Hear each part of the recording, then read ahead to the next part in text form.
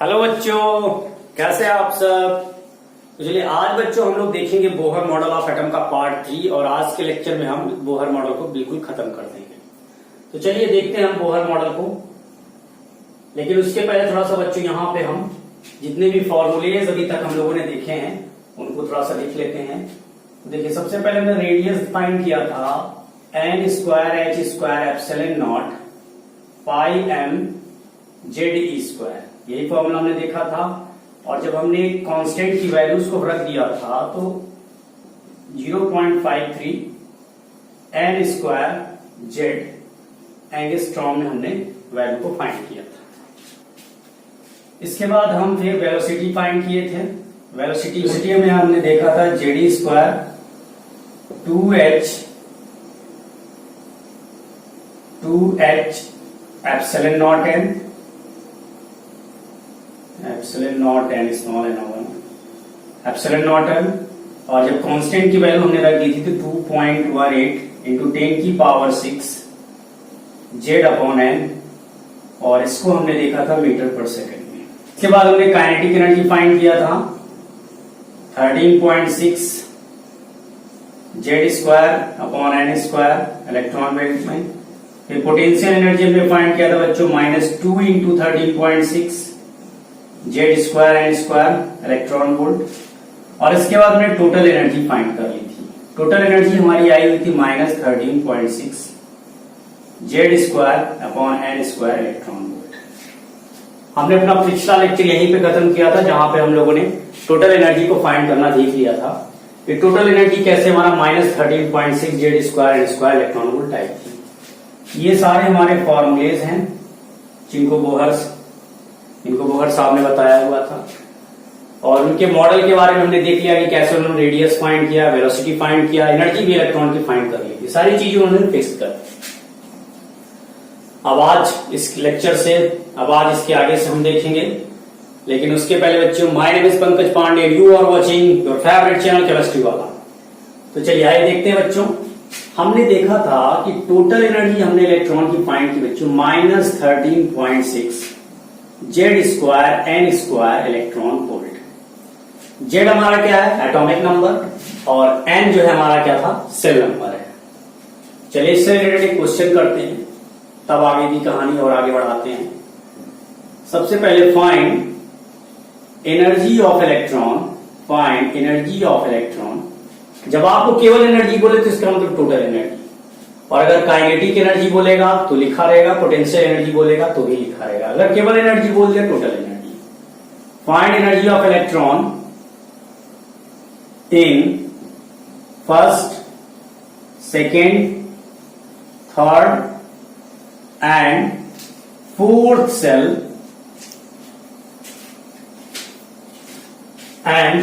Cell of hydrogen atom. अब आपको मैंने यहां पे क्वेश्चन दिया हुआ है कि आप एनर्जी फाइंड करिए हाइड्रोजन एटम की first, second, third and fourth shell. आपको कुछ नहीं करना है, इस वैल्यू में पुट करिए। जेड क्या एटॉमिक नंबर, तो हाइड्रोजन का एटॉमिक नंबर कितना 1, और इसके बाद एन क्या है? Cell number. पहली सेल का निकालिए, फिर दूसरे का, फिर तीसरे का, फिर चौथे का। तो चलिए पॉज करके आप इसको ट्राई करिए। इसके बाद मैं बताता हूं आपको कि इसका कैसे सॉल्यूशन आने वाला है। चलिए आपने ट्राई कर लिया होगा। देखिए सबसे पहले हम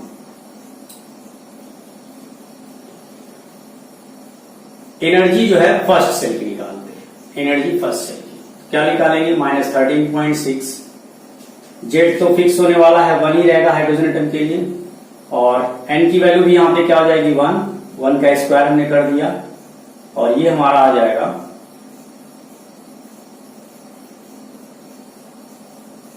इसकी वैल्यू आ जाएगी -13.6 इलेक्ट्रॉन वोल्ट। यानी फर्स्ट सेल की इतनी एनर्जी रहेगी। चलिए सेकेंड सेल की एनर्जी देखते हैं हम। -13.6 इंटू 1, और सेकेंड सेल यानी n की वैल्यू क्या हो जाएगी? 2 का स्क्वायर, यही होगा। अब अगर आप इसको सॉल्व करेंगे तो यहां 4 हो जाएगा। 4 को इससे काटेंगे, कितना हो जाएगा? 4 3 जा 12, काट के देख लीजिए इसको। -13.6 इंटू 1/4 4 3 जा 12 और 4 4 जा 16। इसका मतलब ये हो गया, इसकी वैल्यू आएगी -3.4 इलेक्ट्रॉन वोल्ट। चलिए एनर्जी हम थर्ड सेल की देखते हैं। 13.6 इंटू 1/3 का स्क्वायर, यही होगा। और जब इसको सॉल्व करोगे तो आएगा -13.6 इंटू 1/9। इसको सॉल्व करिए आप, इसकी वैल्यू आएगी -1.5 इलेक्ट्रॉन वोल्ट अप्रॉक्स बाई 9 9 1 9 4 9 5 45। ठीक है।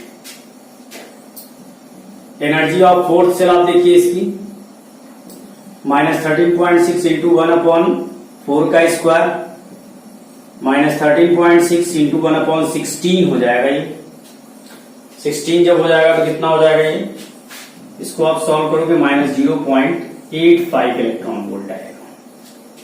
चलिए, तो पूरा सॉल्यूशन इसका हमारा ये होगा। फर्स्ट सेल की एनर्जी हाइड्रोजन एटम की, पर्टिकुलर हाइड्रोजन एटम की, क्योंकि मैंने लिख के रखा है वहां पे हाइड्रोजन एटम की आपको एनर्जी फाइंड करनी है। ये फर्स्ट, ये सेकेंड, ये थर्ड, ये फोर्थ सेल। इन वैल्यूज को आप यहां लिख लीजिए, क्योंकि इसकी जरूरत मुझे पड़ेगी। एक बात आपको समझानी है मुझे। फर्स्ट सेल की एनर्जी कितनी आई, -13.6। सेकेंड सेल की वैल्यू आई -3.4। थर्ड सेल की वैल्यू आई -1.5 और फोर्थ सेल की वैल्यू आई -0.85 इलेक्ट्रॉन वोल्ट। नीचे दिख रहा होगा आपको, थोड़ा समय देख लूं वीडियो में आ रहा है कि नीचे नहीं। चलिए, वीडियो भी चल रहा है, सारी चीजें सही है। ठीक है, अब मैं इसको रब कर देता हूं। अब यहां पे बहुत ही इंटरेस्टिंग बात मैं बताने वाला हूं बच्चों, थोड़ा सा ध्यान दीजिएगा। बहुत ही इंपॉर्टेंट बात यहां पे बोहर साहब ने बताई हुई है। देखिए, अगर मैं यहां पे एक एटम्स का स्ट्रक्चर बना, ये न्यूक्लियस, ये फर्स्ट है, ये सेकेंड, ये थर्ड, और ये हमारी क्या होगी, फोर्थ। ये फर्स्ट सेल, ये सेकेंड, ये थर्ड, ये फोर्थ। अब देखिए, फर्स्ट सेल की हमारी एनर्जी कितनी है, -13.6, फिर -3.4, -1.5 और -0.85। देखा जाए इसमें तो सबसे ज्यादा एनर्जी किसकी है, इसमें सबसे ज्यादा एनर्जी बच्चों किसकी है, आप देखेंगे तो सबसे ज्यादा लास्ट वाले सेल की एनर्जी है। यानी भाई देखिए ना, ये -0.85, माइनस में जो ज्यादा बड़ा रहेगा वो सबसे कम। ये 13.6 है, इसकी एनर्जी कम, इसकी एनर्जी ज्यादा। यानी एनर्जी क्या हो रही है, इंक्रीज कर रही है। जैसे जैसे हम न्यूक्लियस से दूर जा रहे हैं तो हमारी एनर्जी क्या हो रही है, इंक्रीज कर रही है, बढ़ रही है।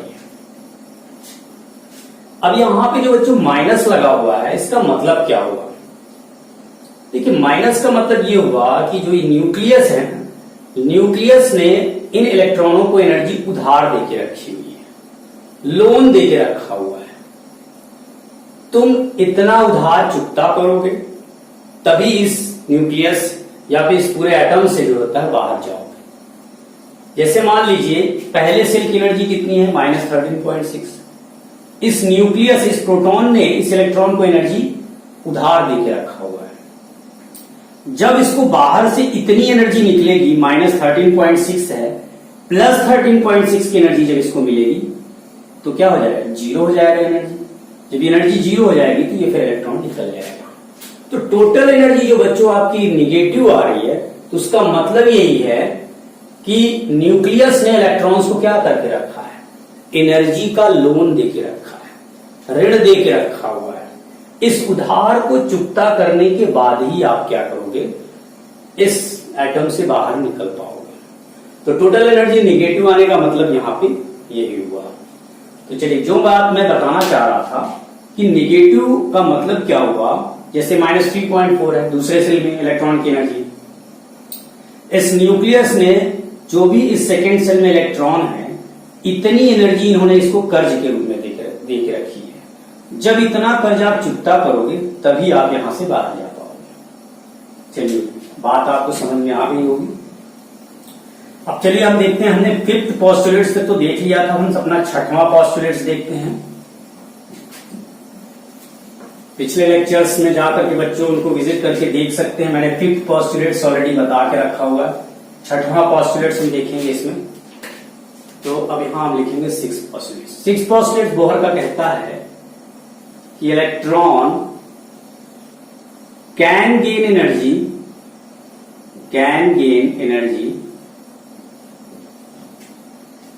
And can lose energy. यानी इलेक्ट्रॉन क्या करेगा, एनर्जी को ले भी सकता है और एनर्जी को लूज भी कर सकता है, लेकिन इसके लिए कुछ कंडीशन है बच्चों। वो कंडीशन क्या है? इफ इलेक्ट्रॉन गेन एनर्जी, यदि इलेक्ट्रॉन एनर्जी को गेन करता है, then it jumps to higher number of shell, और इसको हम कहते हैं excitation of electron. Excitation of electron कहते हैं। क्या कहते हैं? Excitation of electron. यानी जब एनर्जी इलेक्ट्रॉन लेगा तो वो जंप कर जाएगा अपने ऊपर वाले सेलों की तरफ, जो भी मैंने बताया था आपको, न्यूक्लियस, फिर उसके चारों ओर सेल थे।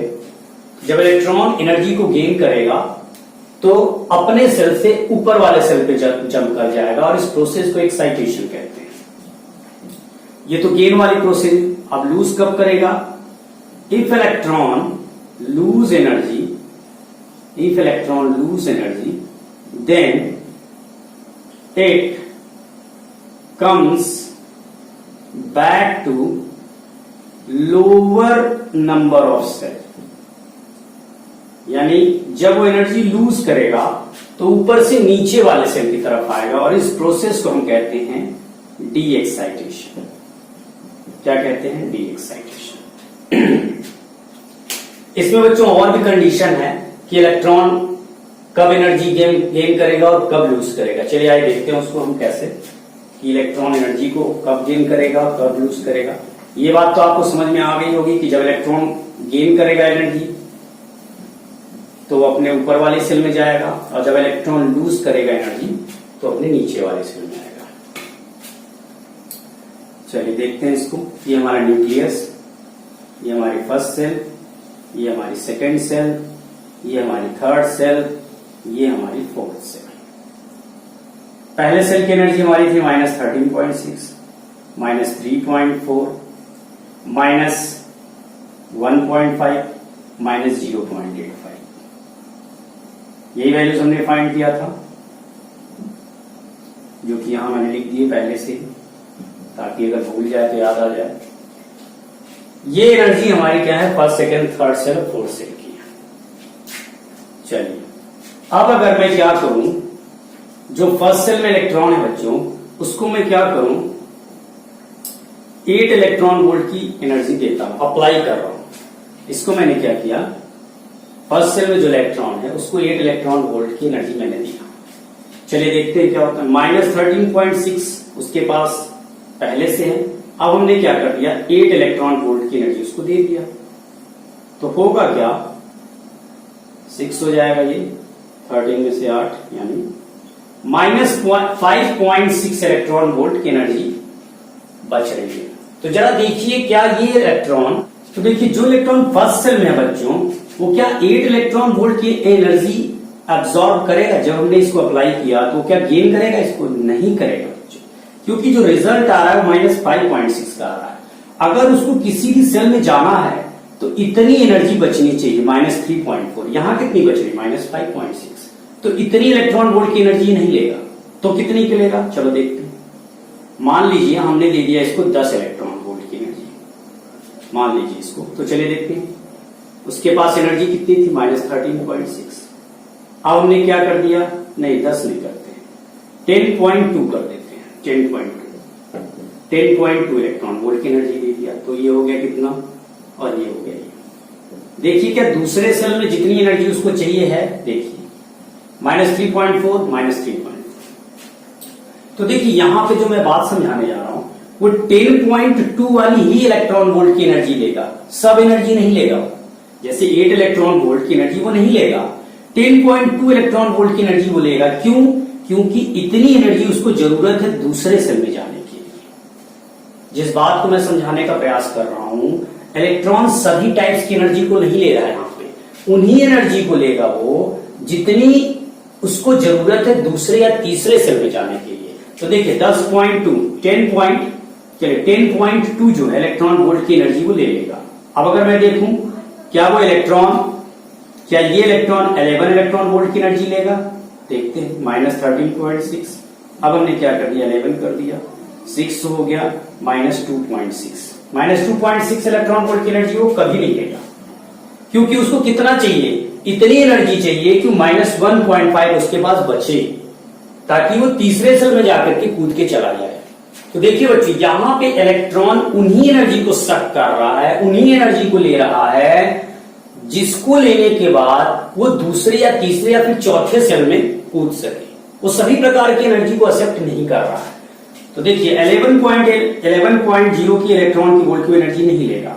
अब अगर देखा जाए तो जैसे मान लीजिए कोई इलेक्ट्रॉन यहां पे वो तीसरे सेल में कूद के जाना चाहता है, तो उसको कितने इलेक्ट्रॉन वोल्ट की एनर्जी हमको देनी पड़ेगी? -13.6 उसके पास पहले है। तो देखिए बच्चों, अगर मान लीजिए इलेक्ट्रॉन हमारा फर्स्ट सेल में है और उसको तीसरे सेल में हम चाहते हैं कि वो चला जाए, तो हमको इसको देनी पड़ेगी 12.1 की इलेक्ट्रॉन वोल्ट की एनर्जी। तो देखिए 6 में से गया 5 और ये आ जाएगा 1.5, यानी -1.5 इलेक्ट्रॉन वोल्ट हमारे लिए किसकी है? सेल की एनर्जी है। इतनी एनर्जी देंगे तभी, इतनी एनर्जी अगर हम देंगे तभी जाकर के वो फर्स्ट से तीसरे सेल में कूद पाएगा। तो कहने का मतलब ये है बच्चों, जो मैं समझाने का प्रयास कर रहा हूं आपको, कि इलेक्ट्रॉन सभी टाइप्स की एनर्जी को गेन नहीं कर रहा है या लूज नहीं करेगा, वो केवल उन्हीं एनर्जी को स्टक कर रहा है, उन्हीं एनर्जी को लेगा जिससे उसका काम बन जाए, जिसके चलते वो पहले से दूसरे या फिर पहले से तीसरे किसी दूसरे सेल में वो कूद के चला जाए। जैसे एग्जांपल एक मैं बताता हूं आपको। मान लीजिए क्लास में हमारी 90 है, 80 है, 70 है सीट, ठीक है। इसमें 90 नंबर वाले लड़के बैठे हैं, इसमें 80 और इसमें 70 वाले बैठे हैं। उसके बीच में कोई भी सीट नहीं लगी हुई है। कोई लड़का अगर 70 से 80 नंबर ला रहा है तो वो यहां से यहां शिफ्ट हो जाएगा, 70 से 90 डायरेक्ट ला रहा है तो यहां से वहां शिफ्ट हो जाएगा। लेकिन अगर कोई बच्चा 70 से 75 नंबर ला रहा है तो उसके लिए क्या सीट अवेलेबल है? यहाँ पे नहीं है, तो नहीं जाएगा, वो जहां पे है वहीं पे रहेगा। जब वो 10 मार्क्स और इंक्रीज करेगा तो 80 में चला जाएगा, 20 मार्क्स और लाएगा तो 90 में चला जाएगा। लेकिन अगर 5 नंबर अधिक ला रहा है तो कहीं नहीं जाएगा वो।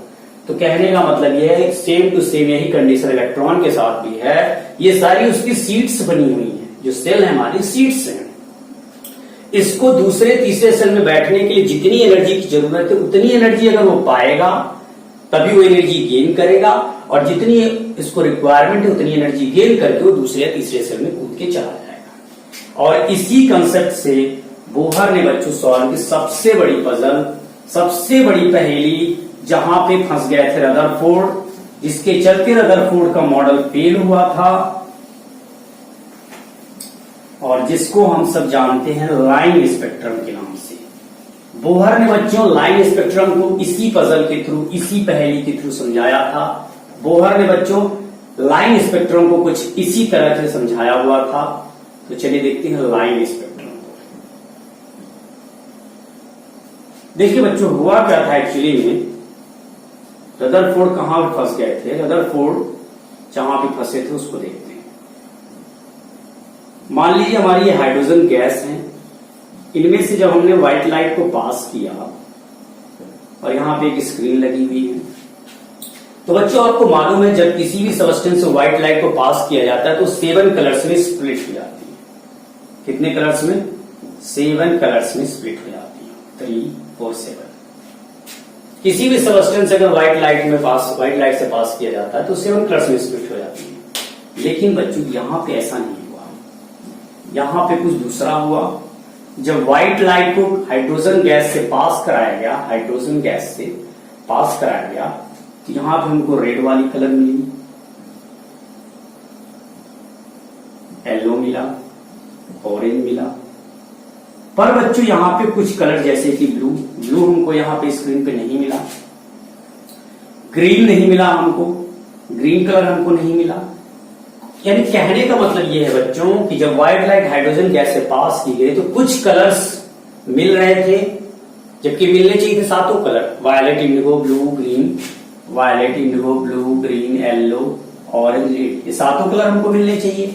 लेकिन मिल कितने रहे थे? कुछ कलर्स मिल रहे थे, कुछ कलर्स गायब हो रहे थे। ऐसा क्यों हो रहा था? ऐसा इसलिए हो रहा था बच्चों, हाइड्रोजन एटम है, हाइड्रोजन गैस में एटम होंगे, एटम के अंदर इलेक्ट्रॉन होंगे। इलेक्ट्रॉन ने क्या किया होगा, जब ये व्हाइट लाइट पास हुई, जब ये एनर्जी गई उसके अंदर, तो इलेक्ट्रॉन ने क्या किया, जो उसके मतलब की एनर्जी रही होगी उसको सक कर लिया। जैसे कि ब्लू कलर अगर नहीं मिल रहा तो ब्लू कलर वाली जो एनर्जी रही होगी उसको इलेक्ट्रॉन ने सक कर लिया। सक करने के बाद वो दूसरे सेल में जंप कर गया होगा और यहाँ पे वो कलर, उस कलर की एनर्जी या फिर उस कलर की वेवलेंथ हमको यहाँ पे फाइंड नहीं हुए। This is known as line spectrum, और इसी को या तो हम लाइन स्पेक्ट्रम कहते हैं, लाइन स्पेक्ट्रम, या फिर इसी को हम कहते हैं डिस्क्रीट स्पेक्ट्रम कहते हैं। क्या कहते हैं? डिस्क्रीट स्पेक्ट्रम कहते हैं।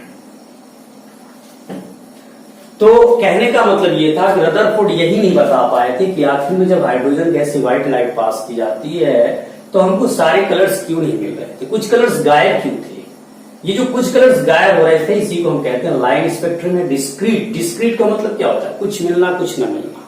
This is known as discrete spectrum. एक स्पेक्ट्रम होता है कॉन्टिन्यूअस होता है, कॉन्टिन्यूअस। कॉन्टिन्यूअस का मतलब क्या होता है कि सारे स्पेक्ट्रम, सारे कलर्स जो होता है एक दूसरे के ऊपर बिल्कुल मिले हुए हैं। जैसे वायलेट मिलेगा, मान लीजिए हमारा स्क्रीन है, यहाँ वायलेट, फिर यहीं पे हमको इंडिगो, फिर यहाँ ब्लू, फिर ग्रीन, येलो, ऑरेंज, रेड, सब एक दूसरे में मर्ज रहेंगे। This is not continuous. कोई भी कलर यहाँ से गायब नहीं रहेगा, इसको हम कहते हैं कॉन्टिन्यूअस स्पेक्ट्रम। लेकिन लाइन स्पेक्ट्रम क्यों मिल रही थी? तो उसका रीजन यही था बच्चों, इलेक्ट्रॉन ने क्या किया, इलेक्ट्रॉन ने उस एनर्जी को सक कर लिया, उस वेवलेंथ को सक कर लिया जो कि इस स्क्रीन पर नहीं मिल रहे थे। जो कलर इस स्क्रीन पर नहीं मिल रहे थे उस वेवलेंथ वाली कलर को, उस एनर्जी वाली कलर्स को इलेक्ट्रॉन ने क्या कर लिया, सक कर लिया, गेन कर लिया, जिसके चलते जो होता है हमको जो होता है लाइन स्पेक्ट्रम मिल रहा था। चलिए इस स्पेक्ट्रम के बारे में बच्चों हम देखेंगे अपने एटॉमिक स्पेक्ट्रम वाले लेक्चर में। तो आपको उम्मीद है बच्चों अच्छी तरह से समझ में आया होगा। तो चलिए ठीक है बच्चों, अब मिलते हैं अगले लेक्चर में, तब तक आप पढ़ते रहिए। All the best.